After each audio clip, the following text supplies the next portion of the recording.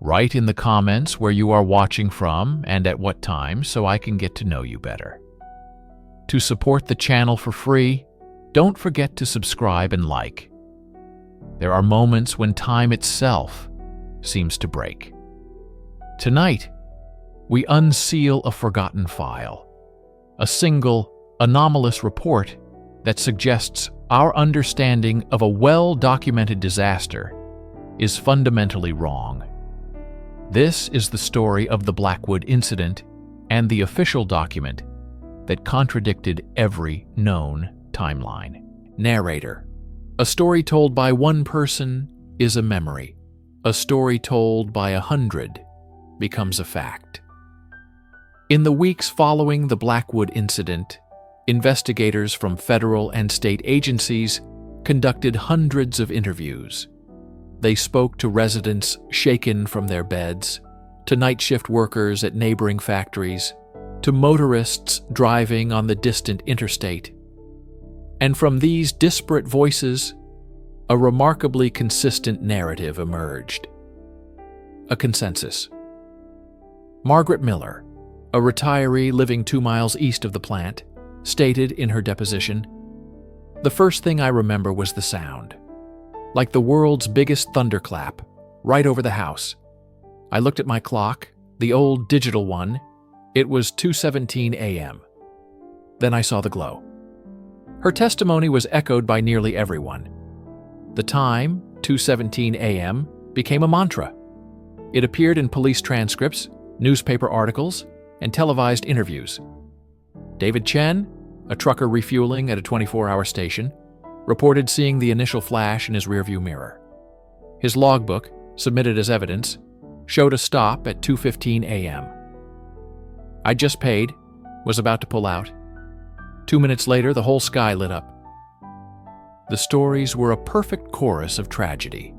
They spoke of the ground shaking, of windows rattling miles away, of the acrid smell of burning chemicals that followed. The collective memory of Blackwood was forged in that singular moment of fire and sound. This consensus was the human element that solidified the official report. It wasn't just data and sensors. It was people, all pointing to the same minute on the clock. This unified account was crucial in closing the case. It provided a powerful, emotional counterpoint to the cold, technical findings. How could so many people, in different locations, all be wrong? Their shared experience seemed unassailable. It was the emotional proof that the timeline was correct. But what if a consensus isn't proof of truth, but evidence of a perfectly executed script? What if every witness, from Margaret Miller to David Chen, was unintentionally confirming a timeline they were subtly fed? The human mind is malleable, especially in the wake of trauma. The suggestion of a time, repeated by news anchors and investigators, can easily become an implanted memory. The official timeline was not just in the report, it was on the airwaves within hours. This is the timeline everyone knows, but it is contradicted by a report that claims the first emergency broadcast about the incident was logged 20 minutes before 2:17 a.m. Narrator. In any crisis, the first to face the chaos are the first responders. Their logs, their radio calls, their actions form the real-time spine of the event. For the Blackwood Incident, the records of the Blackwood Fire Department and County Sheriff's Office are a testament to their bravery and a cornerstone of the official timeline. The dispatch log from the Blackwood County Emergency Center is a study in precision. Call received, 02:19 a.m. from an automated alarm at the Northridge plant. A second call from a frantic resident came in 10 seconds later. Unit 7, the closest fire engine, was dispatched at 02:20 a.m. On-scene arrival time, 02:25 a.m. Captain Howard Gable, now retired, led that first engine. His incident report, filed at 07 hours a.m. after the initial blaze was contained, corroborates the timeline perfectly. Observed massive structural fire and secondary explosions upon arrival at 02:25 hours. Initial blast appears to have occurred approximately 5 to 10 minutes prior. The police logs tell the same story. Sergeant Frank Miller, the first law enforcement officer on scene, established a perimeter at 02:26 a.m. His radio transmissions, archived on magnetic tape, are a chilling record of a timeline that flows seamlessly from the initial explosion. From dispatch to arrival, every second is accounted for. The coherent narrative provided by these men and women was irrefutable. They were the professionals, the trained observers, operating in the heart of the disaster. Their records were not memories recalled weeks later. They were timestamps and radio calls logged as the events unfolded. This data was considered the most reliable evidence gathered. It proved, beyond any reasonable doubt, that the official timeline was correct. An entire wing of the federal investigation was dedicated to synchronizing these logs, creating a minute-by-minute account that left no room for error or ambiguity. But buried in the evidence locker, there is a single piece of data that doesn't fit. A melted dashboard clock from a security vehicle found at Gate 4, the farthest gate from the explosion's epicenter. The intense heat of the firestorm fused its hands in place. It's a physical artifact, a silent witness. The time it displays is not 2:17 a.m. It's 1:58 a.m. It was dismissed as an anomaly, a faulty clock. But the contradictory report argues this clock is the only honest witness from that night, a mechanical ghost screaming that the first responders were racing towards a fire that, according to their own timeline, hadn't even started yet. Narrator. With the official report published, the eyewitnesses in agreement, and the first responder logs synchronized, the book was officially closed on the Blackwood Incident. It was filed away as a solved case, a national tragedy, with a clear cause and a documented timeline. The narrative was complete. The company, Northridge Chemical, declared bankruptcy. High-level executives were fined, a scapegoat was found in a plant manager who had falsified maintenance records, and new, stricter federal regulations were enacted. The story had a beginning, a middle, and an end. The media moved on. The town of Blackwood began the long, arduous process of healing. A memorial was erected in the town square, a granite obelisk engraved with the names of the fallen and the date, October 27, 1983. The incident became a painful but understood chapter of their history. It was a story of failure, loss, and eventual recovery. For all official purposes, there were no lingering questions, no loose ends. The case was hermetically sealed by the sheer weight of the evidence and the consensus of the community. It was a textbook investigation, a model for future disaster inquiries. The explanation was tidy, logical, and it offered closure to those who had lost everything. But closure built on a lie is a fragile thing. The official story is a fortress, but every fortress has a secret passage, a hidden weakness. In this case, it is that thin, 20-page addendum, known only by its case file designation, Project Nightlight. This is the report that contradicts every timeline. It doesn't just suggest a different time. It suggests a different event entirely. It speaks of seismic readings logged by a distant geological survey station an hour before the explosion. It mentions scrambled, unauthorized radio frequencies picked up by a military listening post. It contains satellite thermal imagery showing a heat signature at the plant at 1:45 a.m., a full 32 minutes before the official incident. This report doesn't just poke holes in the official story.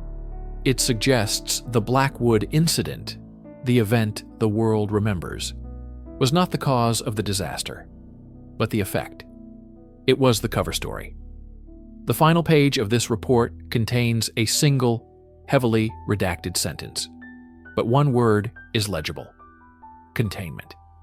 The case was closed not because the mystery was solved, but because the truth was too terrifying to acknowledge. Write in the comments where you are watching from and at what time, so I can get to know you better.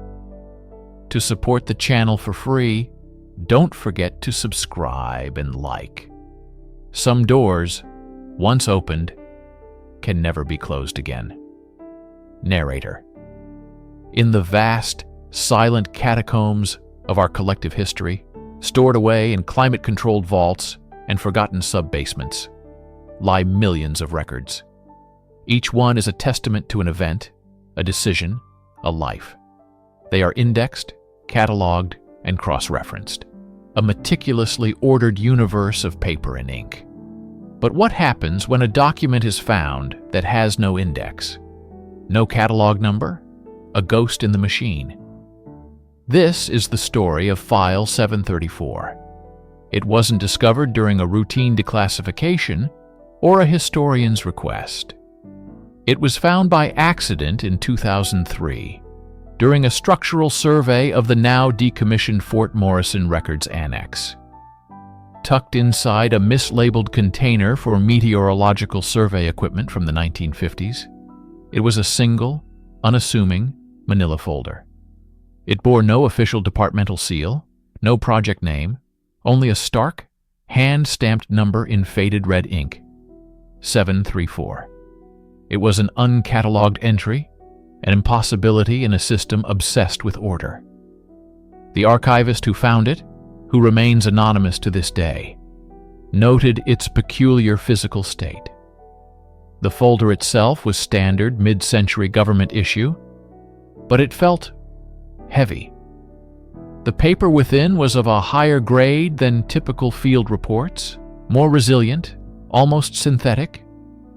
The staples binding the pages were made of a non-corrosive alloy he had never seen before. This wasn't just a forgotten report. It was deliberately constructed to last. It was built to survive being forgotten. Inside the document was a cascade of contradictions. The typewritten font was a standard pica, but forensic analysis would later reveal microscopic imperfections inconsistent with any known government-issue typewriter from the era. The report was authored by a single individual, an entity we will come to know only as Field Agent Miller. There was no service number, no rank, no department listed next to his name. He was as much of a ghost as the file itself. The contents were dense, filled with technical jargon, atmospheric readings, and esoteric observations that bordered on the poetic. But it was the subject line that first sent a chill down the archivist's spine. It read, "Post-event chronological assessment, Site Sierra Bravo." The problem?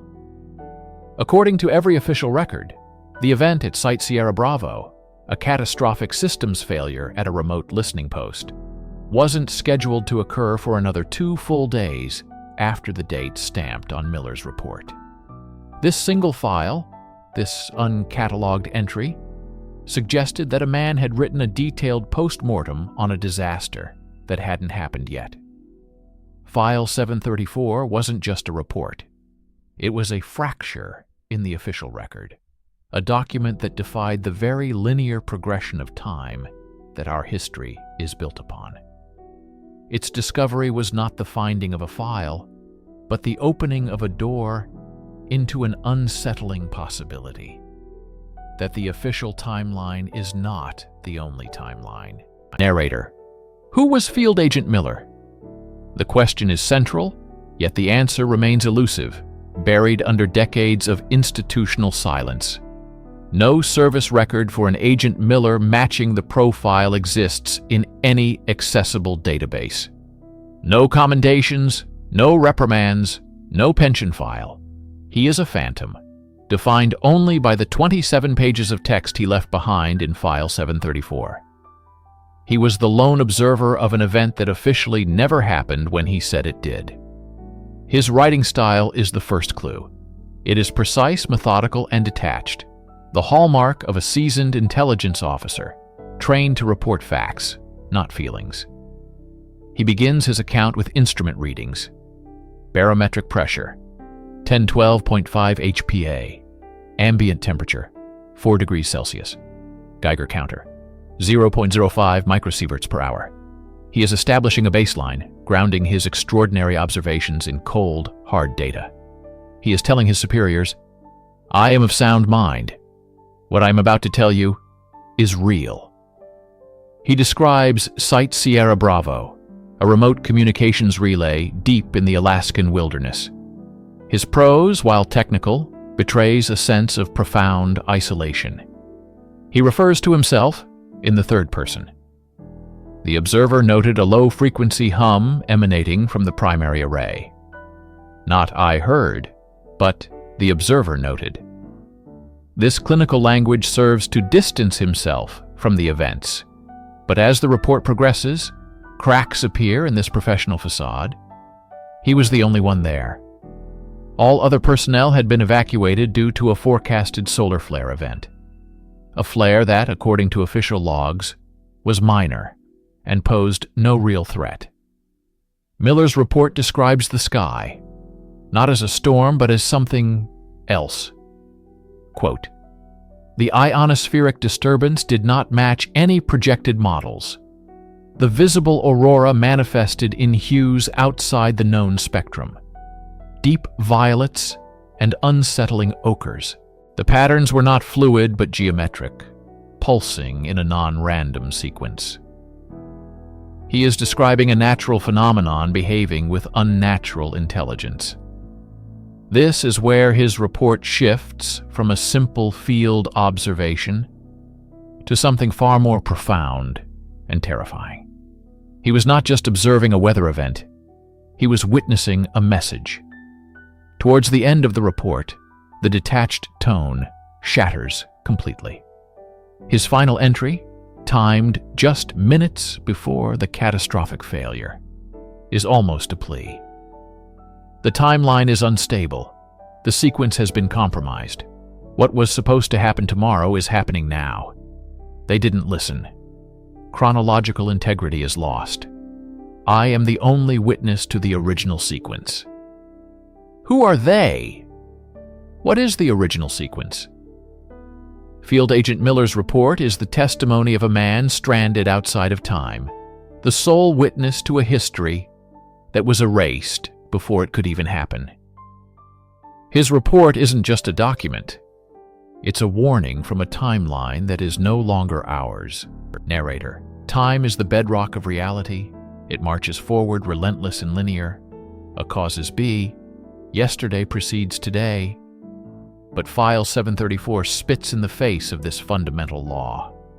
At its heart is a single, glaring, impossible contradiction. A 48-hour discrepancy. Let's establish the official record, the one accepted by history.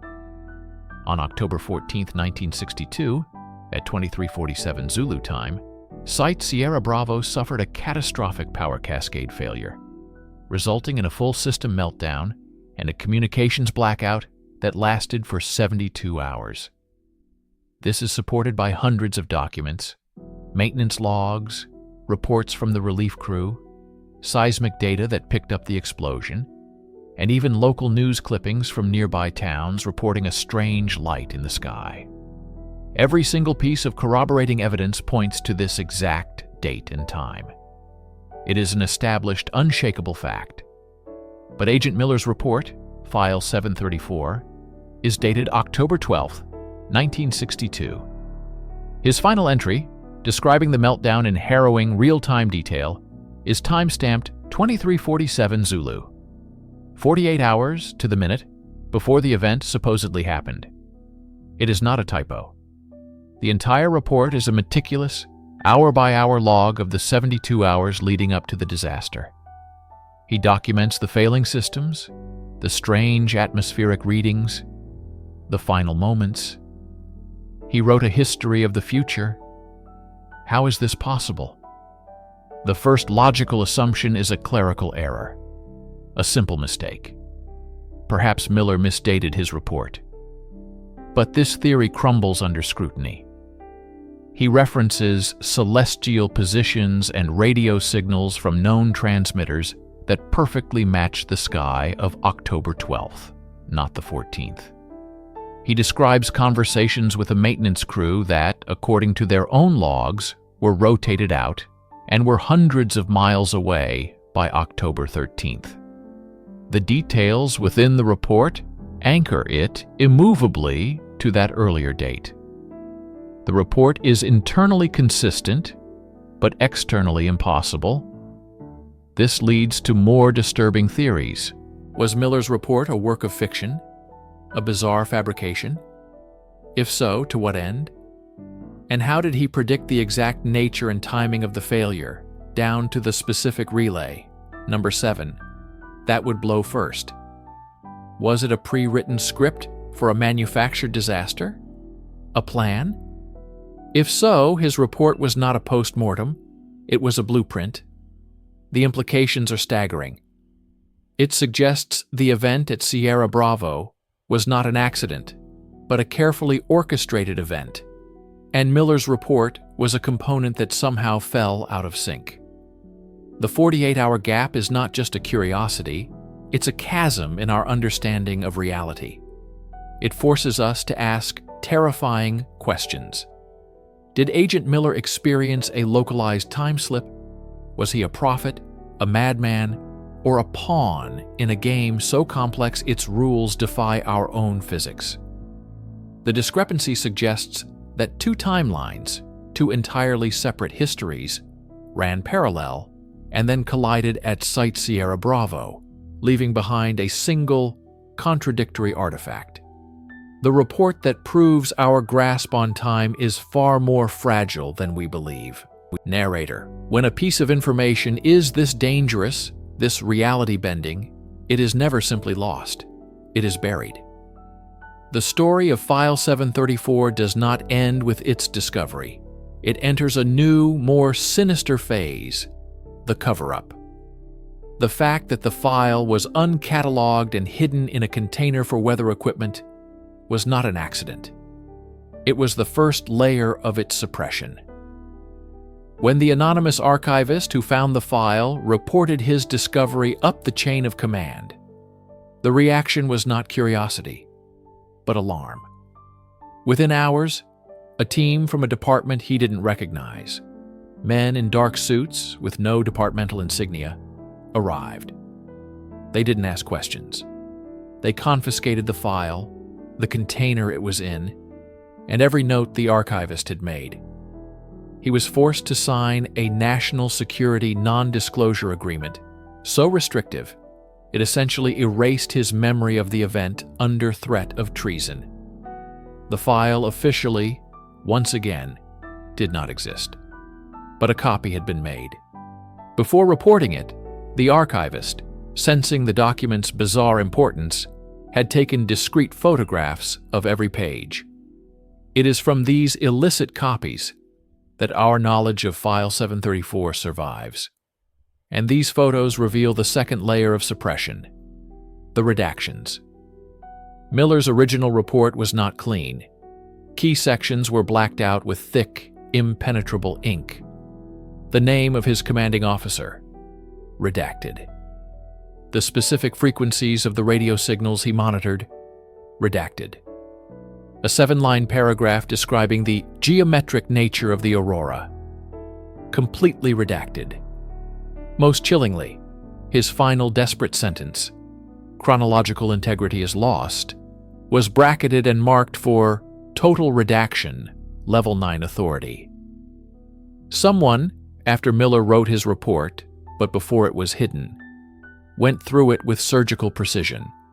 attempting to excise its most damning and inexplicable details. They weren't just hiding the report. They were trying to defang it. In the years since, independent researchers who have seen the photographic copies have tried to get official comment. The response is a unified, monolithic wall denial. The Department of Defense claims Fort Morrison Records Annex never held intelligence files. The Air Force denies any project ever existed at a location designated Sierra Bravo.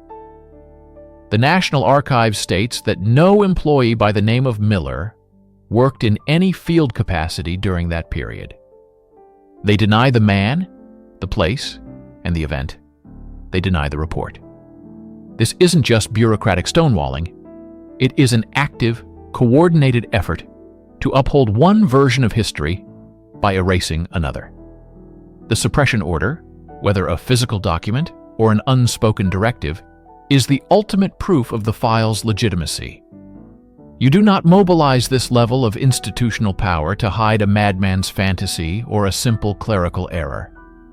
You do it to hide a truth so profound and terrifying, it threatens the very foundation of your authority. The truth that the timeline you control is not the only one there is. Write in the comments where you are watching from and at what time, so I can get to know you better. To support the channel for free, don't forget to subscribe and like. Some secrets do not die. They just wait to be heard again. A single document, no matter how anomalous, can be dismissed. It can be labeled a forgery, a clerical error, a product of a malfunctioning machine, or a disturbed mind. But when its impossible claims begin to echo in other, unrelated records, dismissal becomes an act of willful ignorance. The official report on the Sierra November event claimed that ground teams arrived at the impact site at 02:47 Zulu time. It also contained atmospheric data and radiation readings logged at 02:30, 17 minutes before they could have possibly been there. This contradiction formed the core of a file that should have been burned. But it wasn't the only record of that night's temporal fracture. Deep in the digital archives of radio hobbyists and declassified military logs, we find the whispers that prove it. We find the transmissions from listening post Echo 7. Echo 7 was a relic, a Cold War listening station scheduled for decommissioning, manned by a skeleton crew in its final days. Its purpose was to monitor shortwave radio frequencies, listening for coded messages from foreign powers. But on the night of the Sierra November event, its high-gain antennas picked up something else entirely. The official log from Echo 7, which we acquired through a back-channel source, notes significant atmospheric interference and ghost signals beginning at approximately 02:25 Zulu. These were dismissed as solar flare activity, but a junior technician, against protocol, kept a separate, personal recording. On this recording, salvaged from a degraded cassette tape, the ghosts begin to speak. Amidst the static, you can hear a panicked voice, clear for just a moment, saying, "Sky is wrong. Repeat. The sky is wrong. We have negative time on target." The phrase negative time on target is not standard military or civilian terminology. It is nonsensical. Yet it was broadcast 10 minutes before the ground team from the official report even began their approach. Then, another transmission cuts through, this one colder, more mechanical. It's a string of numbers, a data burst. When analysts cross-referenced these numbers with the anomalous report, they found a perfect match. It was the exact radiation signature logged by the ground team at 02:30, the one they couldn't have possibly recorded yet. The transmission was a data echo, a piece of the future bleeding backward into the past. The sounds captured by Echo 7 are more than just stray signals. They are corroborating evidence from an independent source, a second instrument recording the same impossible song. The official report could be a typo. But how does one explain a radio transmission that broadcasts the results of an event before the event has even occurred? How do you dismiss a voice from the future crying out in the static of a forgotten listening post? The authorities tried. The official explanation was tropospheric ducting, a rare atmospheric phenomenon that can cause radio waves to travel unusual distances. They claimed Echo 7 simply picked up a garbled transmission from a military drill happening on the other side of the continent. But no drill used the phrase negative time on target, and no drill anywhere on Earth could have broadcast radiation data from a location that had yet to be reached. The tape from Echo 7 is the first crack in the official story, a sonic ghost that refuses to be exorcised. Data is cold. It is impersonal. A waveform on a screen or a number in a log can be reinterpreted, its context manipulated. But a human witness, the testimony of a terrified human being, is much harder to erase. That is why they are so often the first target in a cover-up. In the initial hours following the Sierra November event, there was not just one report. There were dozens of preliminary statements, interviews with first responders, technicians, and perimeter guards. Most were routine, but one stood out. It came from a junior meteorologist named Dr. Eris Thorne. Thorne was not part of the primary ground team. He was stationed at a mobile weather monitoring unit 5 kilometers from the incident site. His sworn statement, filed at 04 Odur Zulu, was chilling. He testified that his equipment, specifically a new model of atmospheric LiDAR, registered a complete environmental inversion at 0228 Zulu. In his words, it was as if a column of air, a perfect cylinder, had been instantaneously replaced. The temperature, pressure, and particulate data inside this column matched readings we wouldn't expect to see for another half hour, based on prevailing weather patterns. The data was predictive. It was there before the conditions arrived to create it. His statement was a direct scientific corroboration of the temporal anomaly. He was the second witness, the human element that confirmed the machine's impossible data. For 48 hours, his testimony was the cornerstone of the internal investigation. Then it vanished. On day 3, Dr. Thorne submitted a formal recantation. The document, which bears a visibly trembling signature, is a masterpiece of bureaucratic doublespeak. It blames instrument malfunction due to unexpected electromagnetic interference and operator error in interpreting raw data under duress. He apologizes for adding unnecessary confusion to the investigation. He was then transferred to an administrative post in a different division and has refused all interviews ever since. Case closed. But we have obtained a fragment of a text message sent from Thorne's phone to his sister just hours before his official recantation. It reads, "They showed me things, not threatening me, not really, just showing me. The report is right. It's all right. But I have to say it's wrong. Don't ask any more questions. I'm sorry." What did they show him? What truth was so terrifying it could compel a man of science to publicly brand himself a fool and a failure? The official narrative wants you to believe Thorne was an unreliable, panicked junior officer who made a mistake. But his original statement was precise, filled with technical data that perfectly aligned with the other anomalies. His recantation, by contrast, is vague and evasive. It is the statement of a man who is not correcting a mistake, but reading a script. Eris Thorne was not the first person to see something he shouldn't have, and he would not be the last. His story is a critical piece of the puzzle, a testament to the lengths powerful people will go to maintain a fragile consensus reality. They didn't just bury a report, they tried to bury a man's mind, to force him to unsee a truth that could shatter our understanding of the world. The question is not whether Dr. Thorne lied. The question is, which time? Anomalous radio signals and a silenced witness are compelling. But they orbit a central question. What was the source of the Sierra November event? Was it a natural phenomenon, a visitor from elsewhere, or something else entirely? A clue lies buried in a mountain of declassified budget reports from a defunct government agency. A single line item, almost invisible, allocates millions of dollars to something called Project Chimera.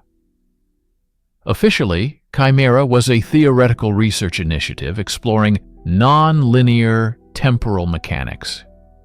In layman's terms, they were studying the physics of time, and not just in theory. Using a series of heavily redacted procurement requests, we can piece together what they were building in the desert. They acquired massive capacitor banks, enough to power a small city for a day.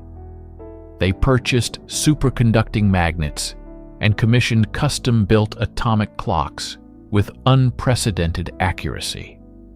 They were not just studying time, they were building a machine to interact with it.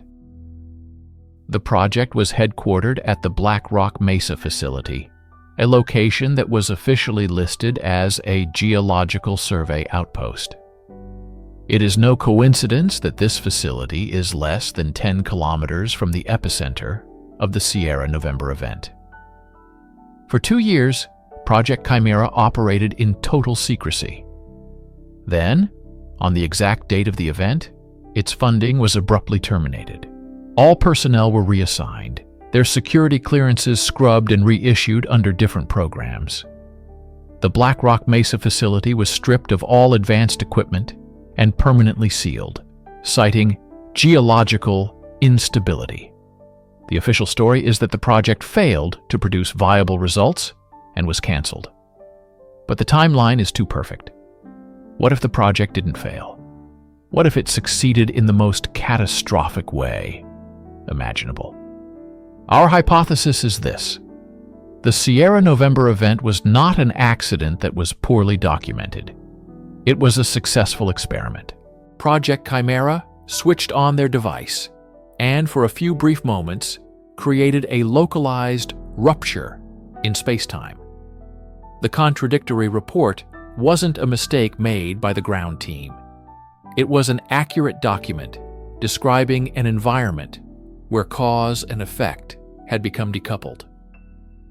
The team was able to record radiation levels from Oro 230 at Oro 230 because, within the bubble of the experiment, that moment in time was accessible.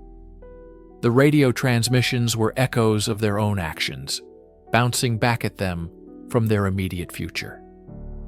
The project was named Chimera, after the mythological beast made of disparate parts. Perhaps they had stitched together moments in time, creating a chronological monster. The report that contradicted every timeline wasn't a paradox. It was a field guide to the new physics they had unleashed. The cover-up wasn't just about hiding a secret technology. It was about hiding the terrifying fact that the linear progression of time, the most fundamental rule of our reality, can be broken. They didn't just close a file. They slammed the door on a discovery that humanity was not ready for. The final piece of this impossible puzzle comes not from a secret project or a classified file, but from the Earth itself. It comes from an academic, a woman who had no connection to the military or intelligence communities, and who stumbled upon the truth by simply doing her job. Dr. Evelyn Reed was a seismologist with the United States Geological Survey. Her field of study was microtremors, the tiny, almost imperceptible vibrations in the planet's crust. On the night of the Sierra November event, she was monitoring a network of sensitive seismographs placed throughout the region, looking for early signs of fault line stress. She was not looking for temporal anomalies, but that is what she found. At 02:47 Zulu, the exact moment the official report logs the impact, her instruments went wild. They recorded a massive, instantaneous energy release that was not geological in nature. It had no P wave or S wave, the typical signatures of an earthquake. It was a sharp, violent spike, as if the ground had been struck by a giant hammer. This in itself was unusual, but it was what her instruments recorded 17 minutes earlier that was impossible. At 02:30 Zulu, the exact time the anomalous radiation readings appear in the report, her seismographs registered a pre-echo. It was a perfect, miniature version of the main 02:47 shockwave. The data was unequivocal. The effect, the tremor, was being recorded on her instruments before its cause had occurred. In the world of physics, this is heresy. It violates the law of causality. Dr. Reed checked her equipment, recalibrated her sensors, and reran the data 100 times. The result was always the same. The ground had shaken in anticipation of a future event. She wrote a paper, A Causal Seismic Propagation in the Sierra November Quadrant, and submitted it to a prestigious journal. It was rejected within hours with a curt note calling it unsubstantiated and suggesting systemic equipment malfunction. Within a week, a team from a federal agency she had never heard of arrived at her lab to upgrade her equipment. When they left, all the raw data from the night of the event had been wiped. They didn't just reject her findings, they erased them. But they missed one thing: a backup she had made on a personal hard drive. That data, when overlaid with the timeline from the contradictory report, the lost radio transmissions, and the operational window of Project Chimera, paints a terrifyingly coherent picture. A secret experiment punches a hole in time at 02:47. The ground itself, reacting to this violation, sends a tremor backward in time, a ripple on a pond traveling from where the stone will land. This pre-echo is recorded by Dr. Reed's seismographs at 02:30. At that same moment, the ground team, entering the distorted temporal field, records radiation data from their own future. Their radio broadcasts this data, which is picked up by listening post Echo 7, also in the past. It is a closed, paradoxical loop, and every piece of evidence we have found confirms it. The report didn't contradict the timeline. It recorded the timeline of a reality that had been fundamentally broken. Write in the comments where you are watching from and at what time, so I can get to know you better. To support the channel for free, don't forget to subscribe and like. Some documents should never have been written. Narrator. In the sterile, fluorescent-lit world of theoretical physics, there are equations for nearly everything. Rules that govern the cosmos, from the dance of galaxies to the decay of a single atom. But in the autumn of 1978, a report landed on the desk of Dr. Aris Thorne that contained data for which there were no equations. It was designated simply File 734, but its contents threatened to shatter the very foundation of causality. The report, our central exhibit in this archive, contradicted every known timeline. It wasn't just a collection of numbers. It was a ghost story told in the language of science. Thorne, a brilliant but cautious physicist on loan to a clandestine government research division, was tasked with a simple objective: find the error. Find the glitch in the system, the faulty sensor, the corrupted data packet. Explain it away. But the deeper he dug, the more the data pushed back. The file detailed readings from a remote monitoring station in the desolate expanse of the Nevada test ranges. It chronicled an energy event of unprecedented scale. But the anomalies weren't in the magnitude, they were in the sequence. The station's seismographs registered ground tremors 3.7 seconds after its Geiger counters recorded the subsequent radiation spike. Atmospheric pressure sensors logged a blast wave that arrived before the light from the event was detected. Most disturbingly, a background neutrino detector, designed to capture faint, cosmic whispers, recorded the unique signature of the event a full 51 minutes before the primary energy release occurred. It was the scientific equivalent of hearing an echo before the shout. Thorne spent weeks in a shielded underground lab, running diagnostics, simulating every conceivable technical failure. Could a solar flare have scrambled the atomic clocks? He checked them against the master chronometer at the Naval Observatory. They were perfectly synchronized. Could a software bug have caused the data packets to be logged out of order? He meticulously audited the code, line by line, finding it robust and uncompromised. Every logical explanation, every rational path, led to a dead end. He was left staring at a single, terrifying possibility. The data was accurate. The effect had preceded the cause. This was the physicist's dilemma. To present these findings as fact would be to invite ridicule, to be branded a crank, and to end a promising career.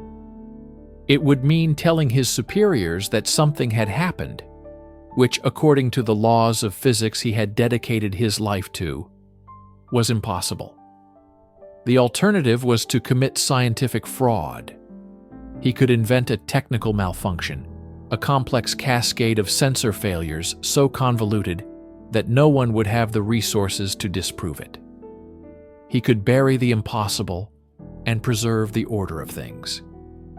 In his private logs, obtained by this archive through unofficial channels, he wrote, "I am presented with two realities, one in which the universe is orderly, but my data is a lie, and one in which my data is true, but the universe is chaos.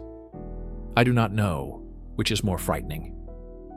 The report sat on his desk, a monument to a moment when time itself appeared to have broken. And as he stared at the final page, a handwritten annotation by an unknown observer, he realized his dilemma was far more dangerous than just his career. The note contained a single, chilling question. If the future can leak into the past, what else can leak through with it? Narrator, Physics and Spycraft offer cold, impersonal explanations for File 734. But the data in that report was anchored to a specific time and a specific place, and that place had people.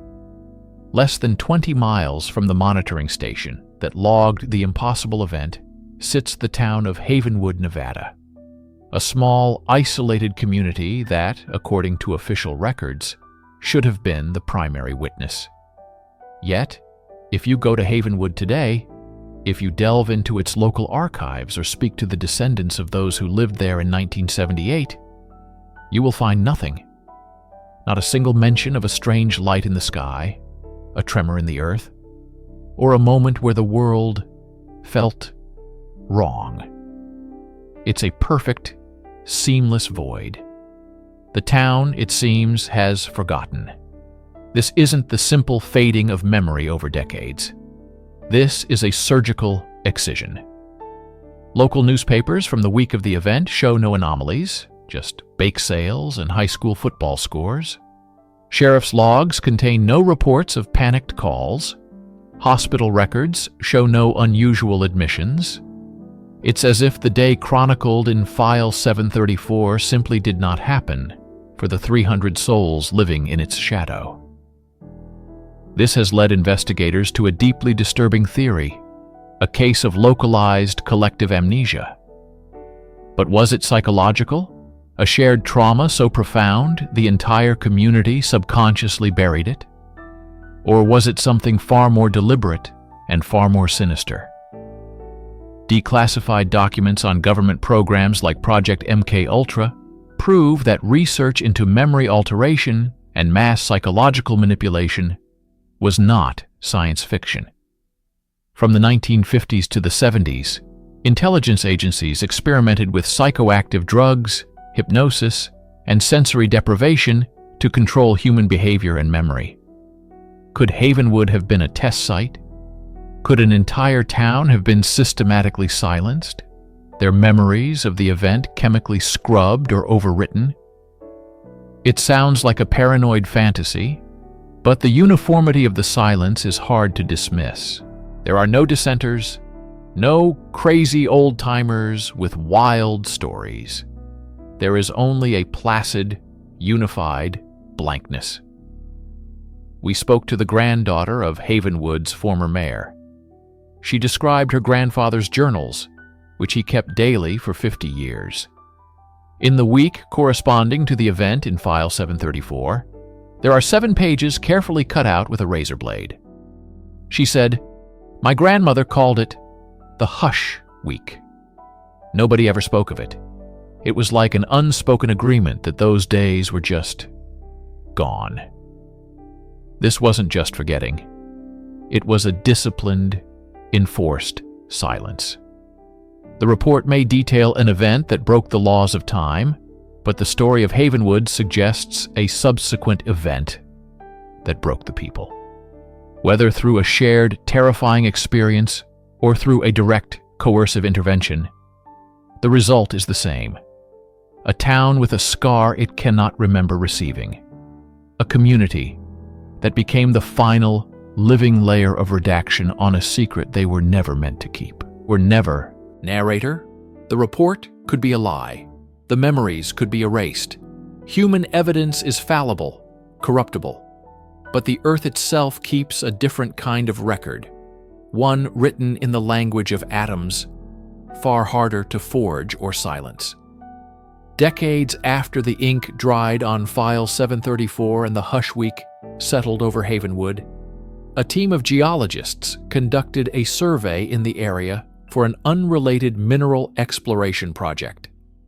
Their ground-penetrating radar found nothing of commercial value, but their soil core samples revealed something that defied all geological explanation. They found the event's physical ghost. Deep within the strata of soil, at a layer corresponding to the late 1970s, they discovered highly unusual isotopic signatures. An isotope is a variant of a chemical element. The ratio of different isotopes acts as a fingerprint, telling scientists where a material came from and what it's been through. The isotopes found in the soil near Havenwood matched nothing. They found traces of bismuth-209, the most stable known isotope, which appeared to have undergone a form of rapid decay normally associated with elements hundreds of times less stable. They found pockets of chlorine-36, an isotope typically formed by cosmic ray spallation in the upper atmosphere, buried 10 feet underground in concentrations that suggested an impossibly high-energy event had occurred at ground level. These were not the fingerprints of a nuclear bomb or a reactor leak. The signature was wrong. It was cleaner, more focused, and fundamentally alien. One of the lead scientists, in a leaked internal memo, described the findings as geologically incoherent. He wrote, "It's as if a piece of the Earth, about 500 meters in diameter, was briefly subjected to a set of physical laws different from our own. This physical evidence poses a profound challenge to the misinformation theory. A psychological operation can fake a report, but it cannot fake atomic decay in the soil. It also makes the silence of Havenwood all the more chilling. The townsfolk may not remember what they saw, but their very land is saturated with the evidence of it. These isotopic traces are the final, stubborn fact in a case built on shadows and whispers. They tie everything together. The impossible energy signatures Dr. Thorne saw in the report.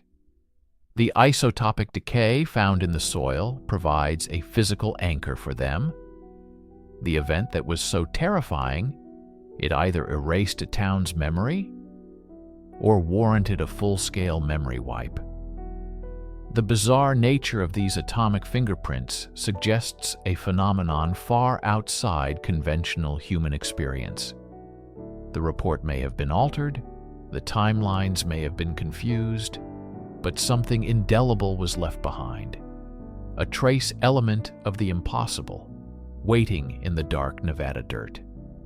The file is closed, the witnesses are silent, but the ground itself remembers. And it tells a story that contradicts not just our timelines, but perhaps our reality.